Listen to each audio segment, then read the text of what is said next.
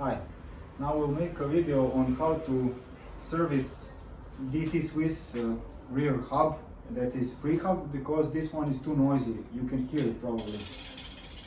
And we want to lubricate it, to open it and lubricate it to make it be a bit more silent, a bit less loud. Okay, to do it first we need to get the wheel off, loosening it here. Okay, we already put it in the on the smallest sprocket here, the highest gear, to make the removal more simple. Okay, and the wheel is out.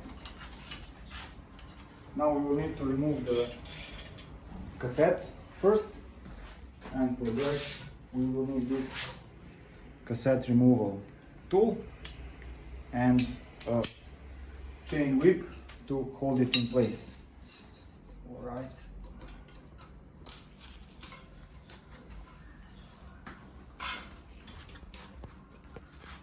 We will have to remove this as well.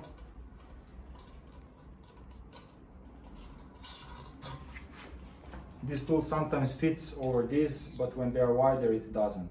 Now let's give it a try.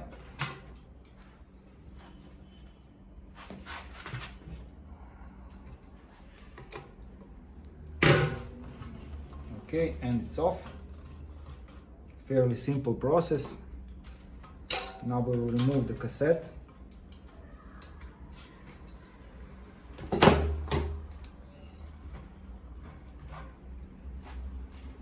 And here it is, we've got a spacer here.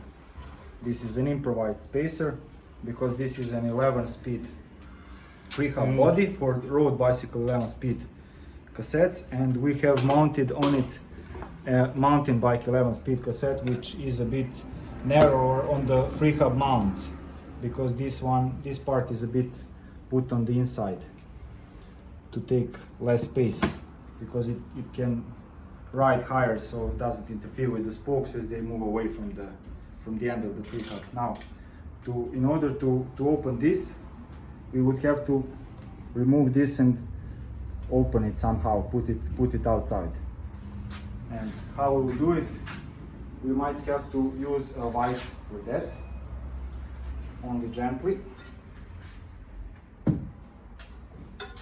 And now let's try to not tighten it too much and see if it comes out. Here it is, and we can come to remove this and try to lubricate it.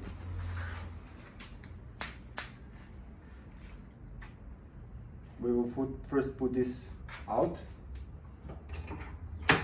okay, and we will clean it.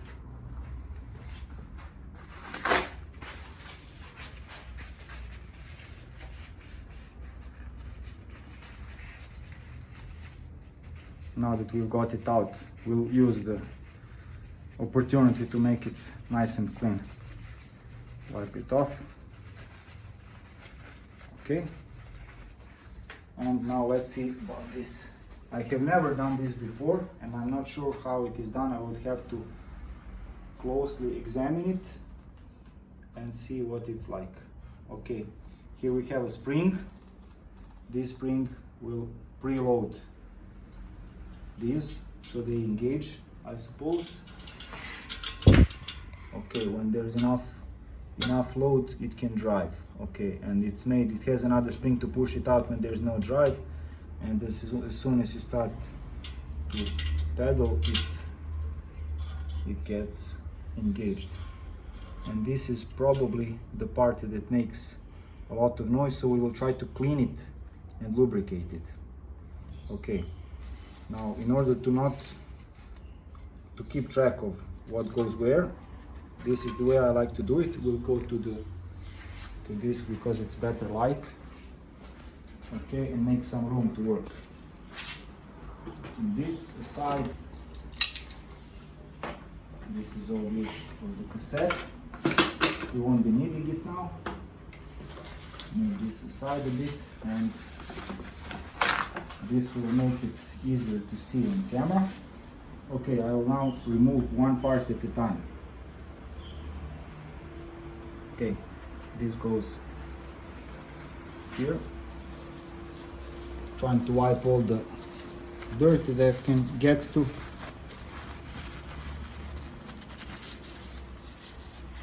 Okay, got some off to the garbage can.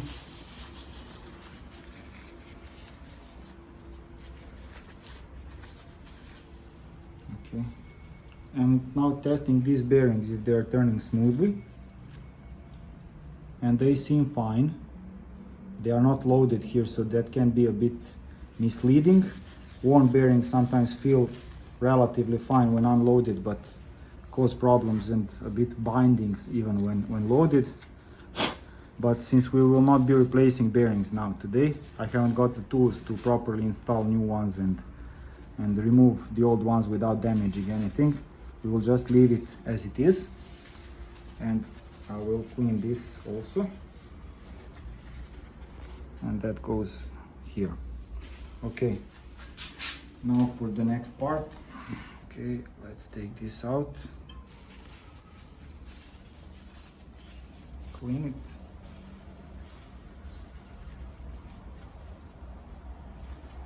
Okay, I will put it upside down because of the way it goes in. I will put it upside down here and sort them in a way to put them back in order.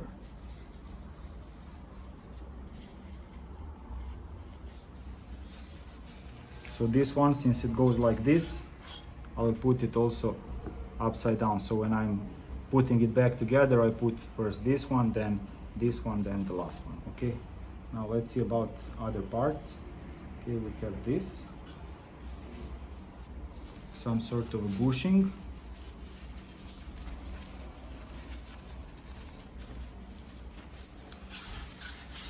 Okay, and it looks symmetrical, but I'll mind the orientation just in case, because I haven't got much experience with these hubs. And there is also a spring here, and I will try to put it out just for curiosity's sake. Let's try and take it out.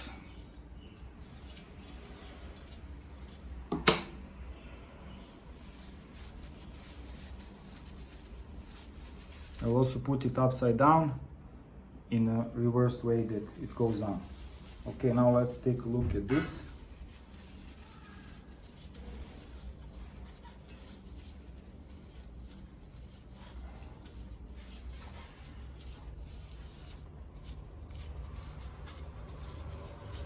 Now, to me at least, it is more clear the way this system works, because these springs push these two together so that they can engage, and when you are coasting they can slip over each other, and when you ride, when you put torque in over your pedals and chainrings, they engage. So that's why those springs need to load them, to keep them pressed against each other. So that's it. Okay, this is the way they work. All right, now we will need to lubricate all of this, hopefully to make less noise. And now comes my first dilemma, because apart from taking it apart and hopefully putting it back together, my dilemma is whether I should use ordinary NLGI2 hardness lithium complex based grease. I will put a link explaining bicycle bearing greases in the video description, but that grease is relatively hard and it might cause these to bind a bit and perhaps not work very well, even though looking at the way this system is made, I don't suppose that binding is possible, because they just slide over each other. So that might be perhaps more silent and more durable solution than using any kind of softer grease like Shimano index gear hubs. That grease is very fine and very slippery, and I'm seriously considering using that grease because it's less likely to cause any binding and any problems. So that is my first dilemma, what kind of grease I should use in this. And I certainly would test with the probably more durable and maybe longer lasting the harder grease, to try and smear it and see if it works smoothly. Okay, I wanted to make a small digression. DT Swiss recommends their special grease for their free hubs, but I have no idea what the composition of that grease is, and I certainly haven't got it available here, and I suppose it costs an arm and a leg, and it's not very easy to source in Serbia, not to my knowledge at least. So we will still try the lithium grease, general multi-purpose grease practically, and see how it works, and if it becomes problematic on a test ride, and we will try to use some other softer grease. And it's not my bike anyway, so I don't care if we mess something up.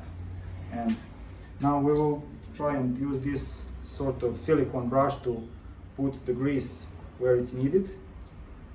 And of course you need a beer cap always, beer and beer caps, you need always those in a bicycle shop, and this is one of my favorite. Okay, now let's give it a try and see if we will ruin it completely now. Even though it might become silent, even if it gets ruined. Looking at it from the positive side.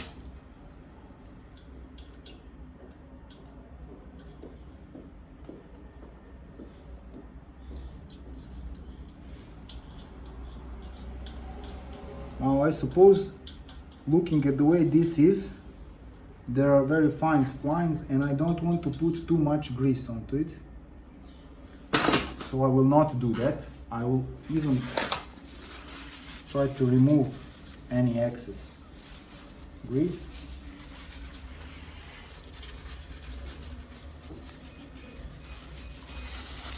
This first thing was mostly done in order to clean it. The lubricating part will come when we get to this. This is more or less just making sure it's not completely dry, but I don't want too much grease on any of these parts. My intuition tells me it will not be very helpful. Okay.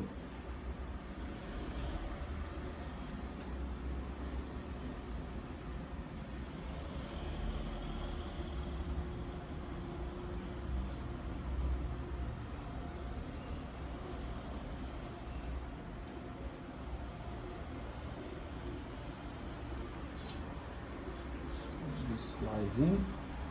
Okay, it looks good. Now the most important part.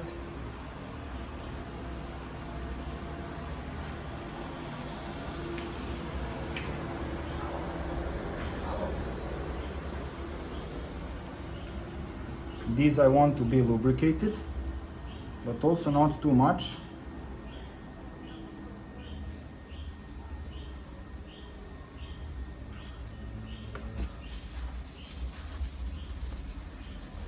I want them to be clean.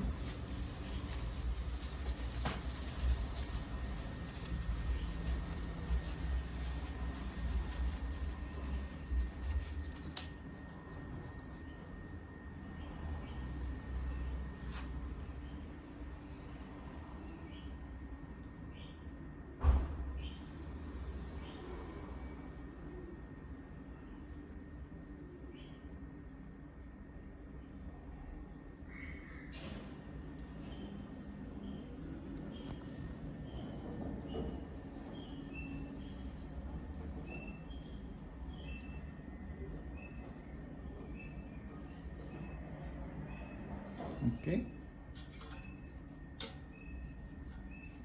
And now this one. First I'll just try to clean it up a bit.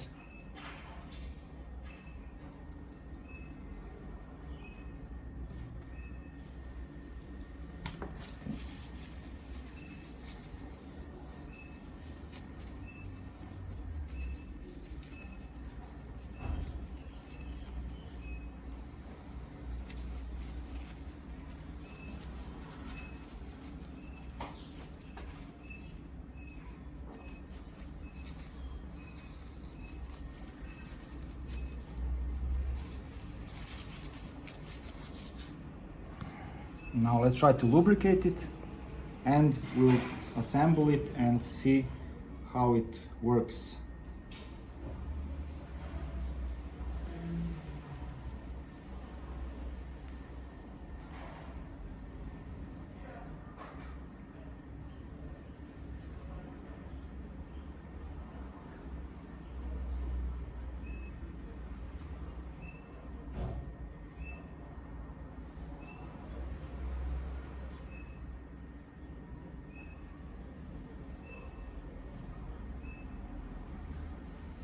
Okay, it looks fine.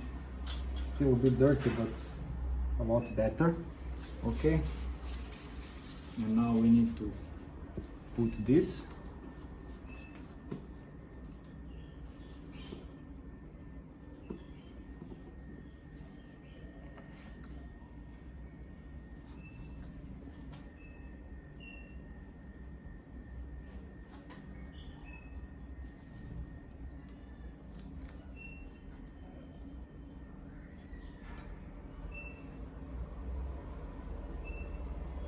Okay,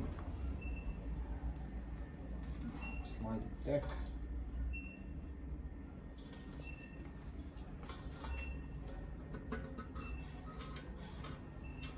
Okay.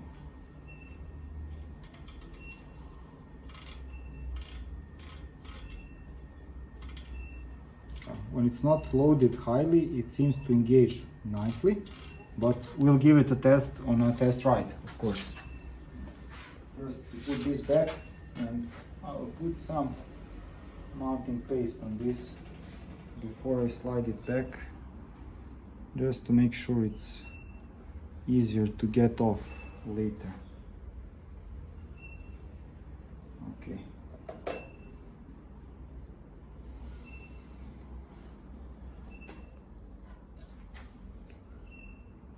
Need to pop it in. Okay, it's all the way in. Well, now we'll see how it turns when we put it on a bicycle before we put the cassette back, just to give it a spin.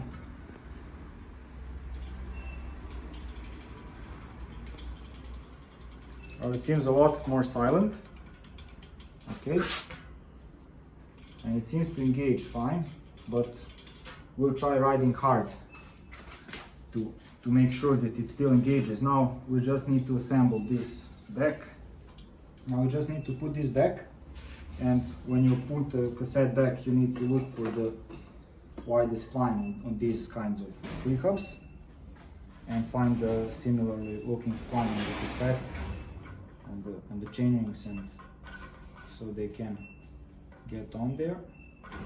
And the orientation is also important. It goes on in only one direction. Okay, now we've got this improvised spacer, and now we're putting the cassette. Okay, one at a time, slowly. Okay, now we got the spacer here.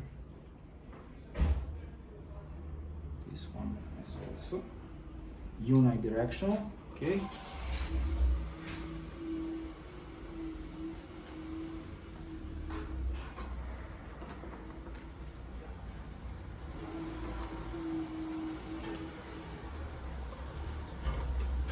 Yeah, I got a small branch here. Cool. Sorry about the noise, we're in a garage, so you would have to put up with it in addition to the Tarzan English. Okay.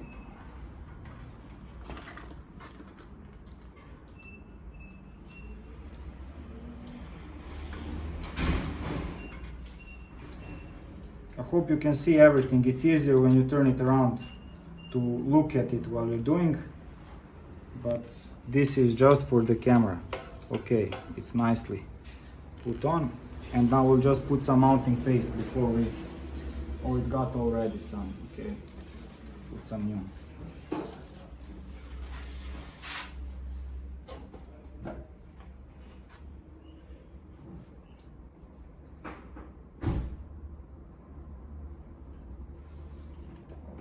Let's screw it in.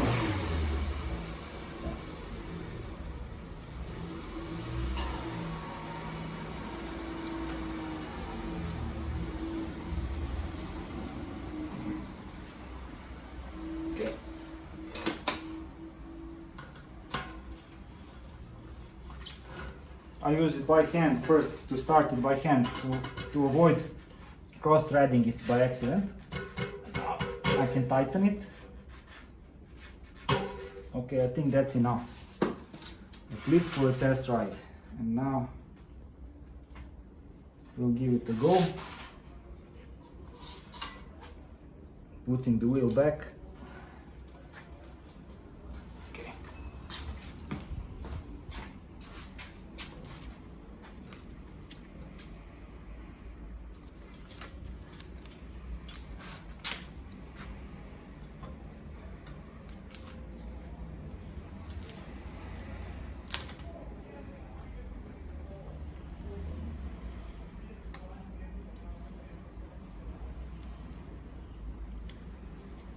Now I need to tighten it. I'm exerting some force on the rear of the wheel to get it all the way inside the dropper. It's not hanging like this, but when I tighten it, I want it to be all the way, to make sure. And now to secure it.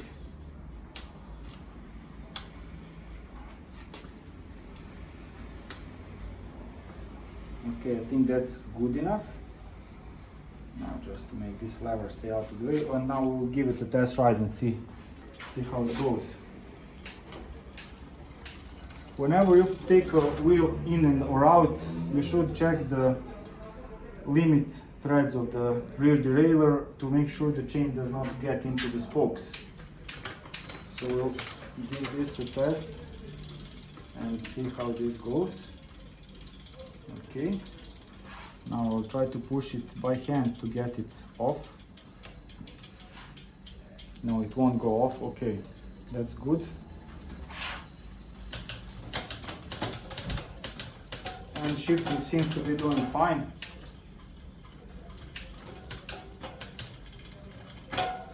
Okay, this last combination didn't work very well from the small chaining in the front, but I think that's normal because that's severely cross-chaining, but now from the big one it looks okay. Now we'll give it a nice hard ride and see if we've messed it up, but it's silent, at least that.